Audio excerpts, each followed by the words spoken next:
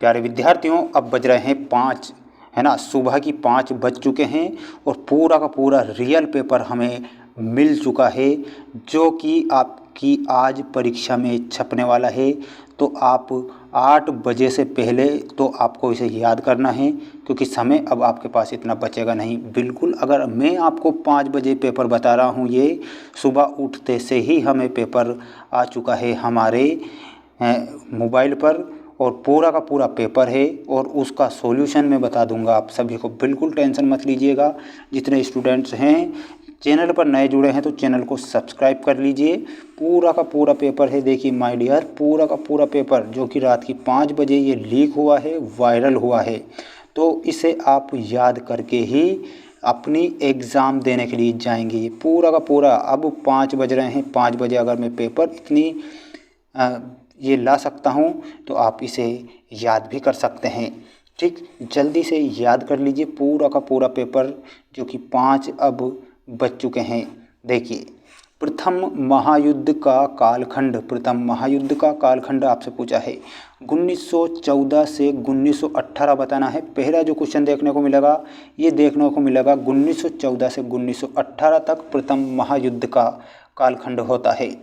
अगला क्वेश्चन है आपकी स्क्रीन के सामने, बिल्कुल असली वाला पेपर।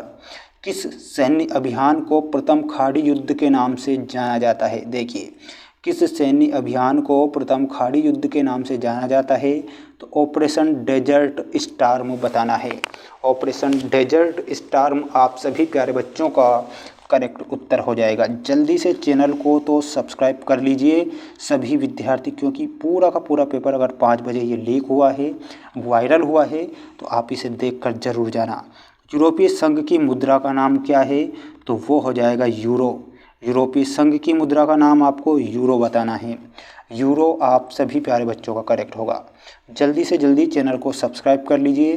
वीडियो को लाइक नहीं किया है तो वीडियो को लाइक करके ही जाना है। देखिए, दक्षिण एशिया में सम्मिलित देश, तो वो है हमारा भारत।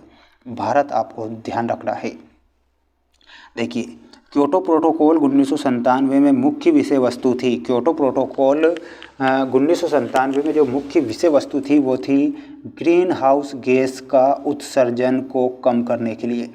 ग्रीन हाउस गैस को उत्सर्जन को कम करने के लिए, ये ध्यान रखना है। पूरा का पूरा पेपर और सॉल्यूशन बता रहा हूँ मैं आपको। विश्व का सबसे बड़ा तेल उत्पादक देश कौन सा है? तो आपको सऊदी अरब बताना है, जो कि विश्व का सबसे बड़ा तेल उत्पादक देश हो जाएगा। जल्दी से चैनल को सब्सक्राइब कर लेंगे और लाइक करके ही आप जाइएगा। पूरा पेपर, असली वाला पेपर अगर आपको बता रहा हूँ तो आपकी रिस्पॉन्सिबिलिटी बनती है। निम्न में से कौन ट्रस्ट विद डेस्टिनी से संबंधित है? पंडित जवाहरलाल नेहरू। ठीक, अगला क्वेश्चन देखिए। क्वेश्चन यहाँ पर जो पूछा गया है, जल्दी से देख लीजिए पूरा पेपर। खुली प्रतिस्पर्धा और बाजार मूलक अर्थव्यवस्था के जरिए प्रगति की पक्ष वाली राजनीतिक विचारधारा को क्या कहते हैं? तो दक्षिण पंथ बताएंगे।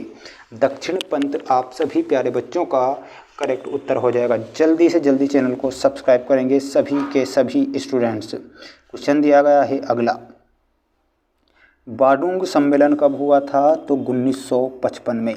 1955। देखिए, अगला क्वेश्चन पूछा जाएगा आपसे, 10वां क्वेश्चन पूछा जाएगा। देखिए, 1971 के लोकसभा चुनाव में इंदिरा गांधी को की कांग्रेस को कितनी सीट मिली थी? तो 352 सीटें मिली थी। कितनी? 352 आपको ध्यान रखना है। जल्दी से चैनल सब्सक्राइब कर लीजिए सभी के सभी विद्यार्थी। 1974 में संपूर्ण क्रांति का आह्वान जयप्रकाश नारायण ने किया था। जयप्रकाश नारायण सही हो जाएगा। 1989 में राष्ट्रीय मोर्चा सरकार के प्रधानमंत्री कौन बने? तो यहाँ पर वीपी सिंह बताना है और वीपी सिंह सही हो जाएगा। अब हम बढ़ेंगे रिक्त स्थानों की पूर्ति की बारे में। जल्दी से देख लीजिएगा सभी विद्यार्थी पूरा पेपर। चेकोस्लोवाकिया के विभाजन से तो देश बने थे। एक तो चेक गणराज्य बना था, लिख लीजिए अपनी कॉपी में, और चेक गणराज्य है। और दूसरा हो जाएगा स्लोवाकिया। दूसरा हो जाएगा स्लोवाकिया। स्लोवाकिया आपको बताना है। ये 2 देश बने थे, याद कर लीजिए। श्रीलंका की राजनीति में समुदाय का प्रभाव रहा है, तो आपको बताना है सिंहली समुदाय का प्रभाव रहा है। सिंहली आपको बताना है। अगला क्वेश्चन है आपकी स्क्रीन के सामने। 1944 में उद्योगपतियों के समूह द्वारा नियोजित अर्थव्यवस्था के प्रस्ताव को कहा जाता है, तो उसे बॉम्बे कहा जाता है। तो माय डियर बॉम्बे याद रखिएगा सभी प्यारे बच्चे। तिब्बत के पारंपरिक नेता ने 1959 में भारत से शरण मांगी थी, तो वो नेता थे दलाई नामा। ठीक, दलाई नामा बताना है। अगला है 5 अगस्त 2019 को जम्मू कश्मीर के पुनर्गठन अधिनियम 2019 द्वारा 370 को समाप्त किया था। 370 आपको बताना है सभी प्यारे बच्चों को। ठीक, यहीं तक हमें जो क्वेश्चन मिले थे आज के पेपर के वो मैंने आपको बताए हैं। तो आप जल्दी से लाइक ज़रूर कीजिएगा। सभी बच्चे चैनल पर नए हैं तो चैनल को सब्सक्राइब करके जाइएगा।